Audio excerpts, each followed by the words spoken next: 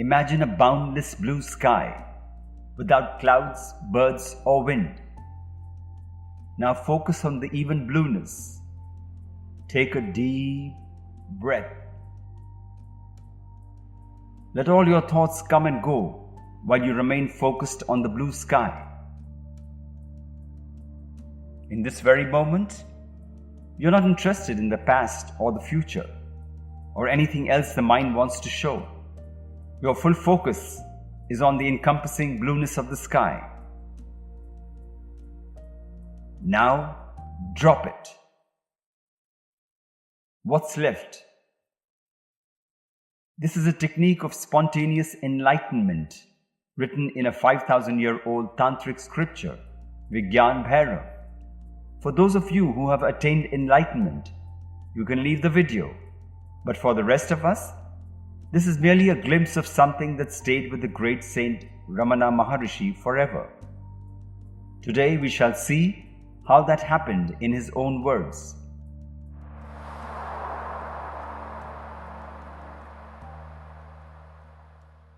It was about 6 weeks before I left Madurai for good that the great change in my life took place. It was quite sudden. I was sitting alone in a room on the first floor of my uncle's house. I seldom had any sickness, and on that day there was nothing wrong with my health, but a sudden violent fear of death overtook me.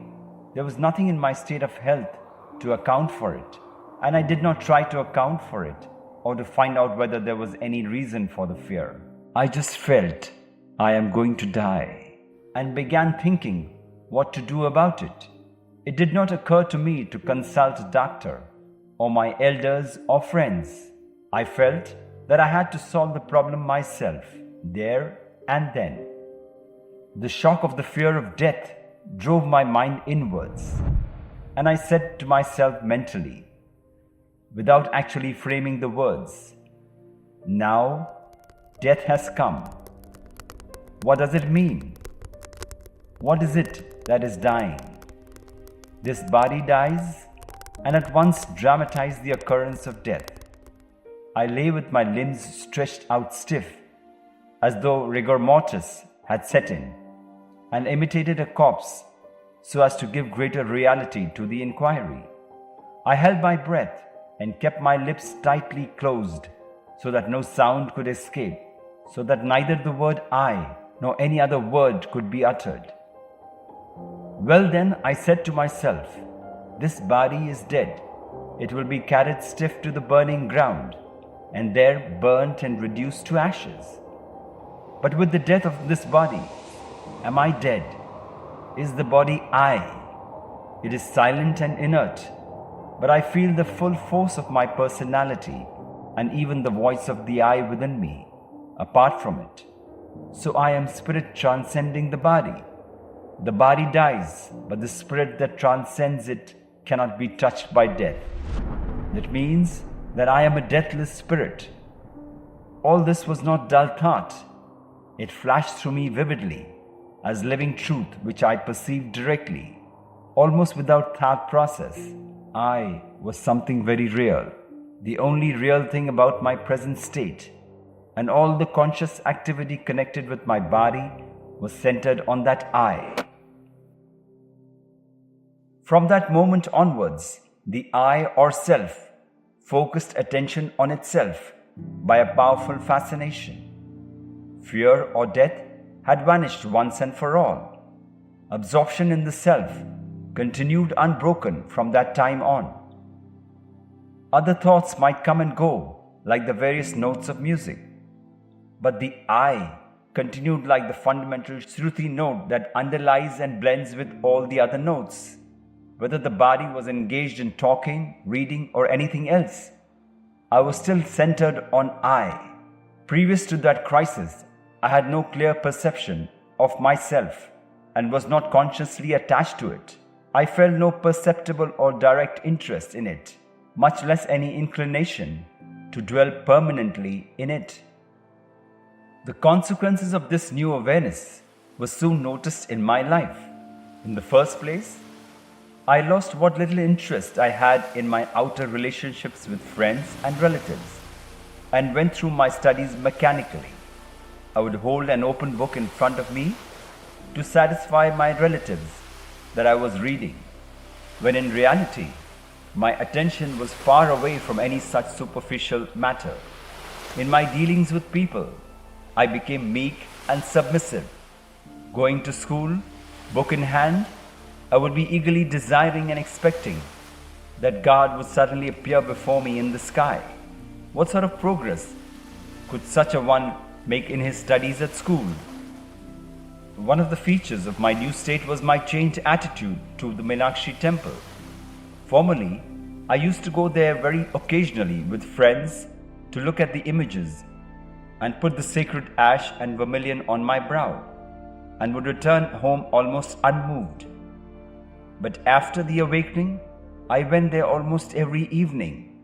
I used to go alone and stand motionless for a time before an image of Siva or Meenakshi or Nataraja and the 63 saints. And as I stood there, waves of emotion overwhelmed me.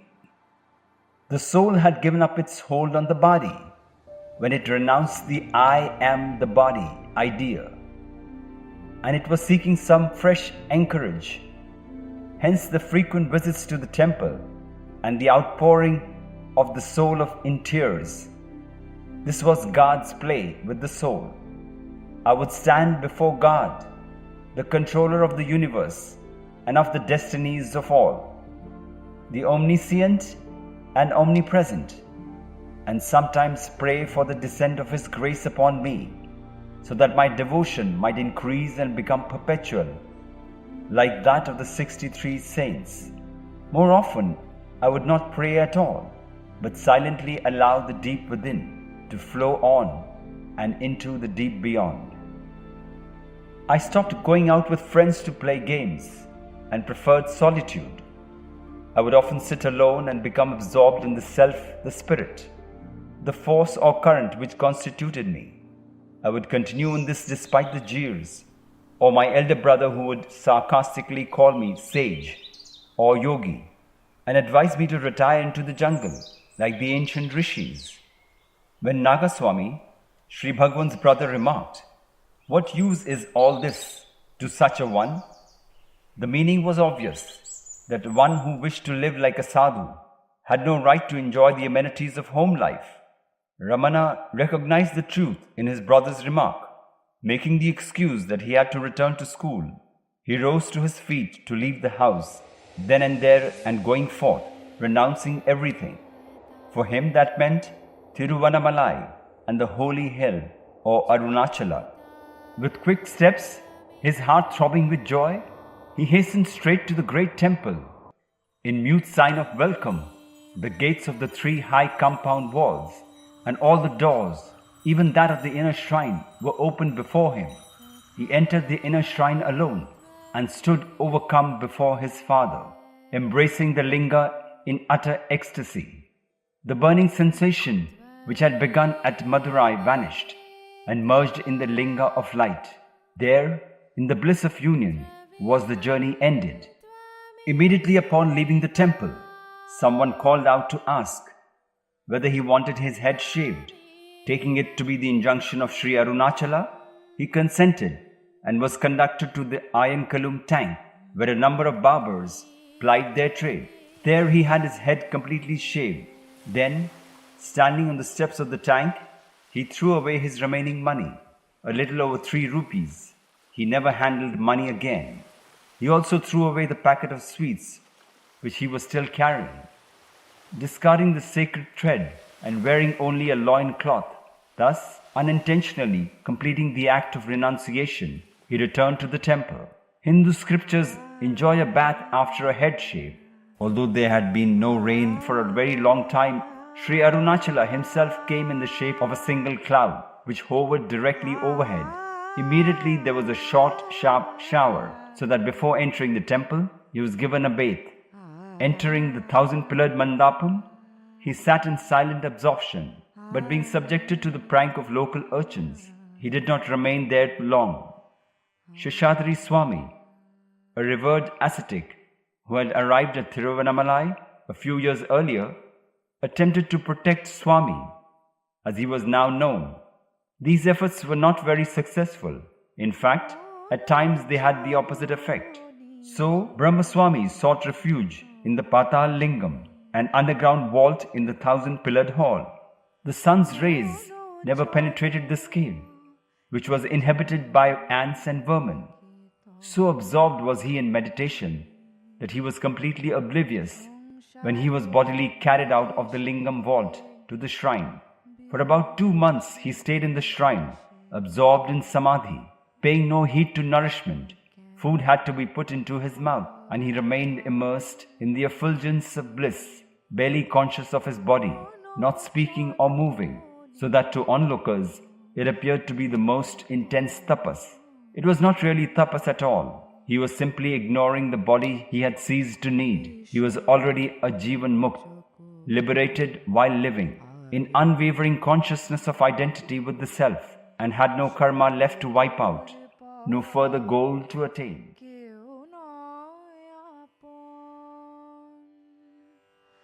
Ah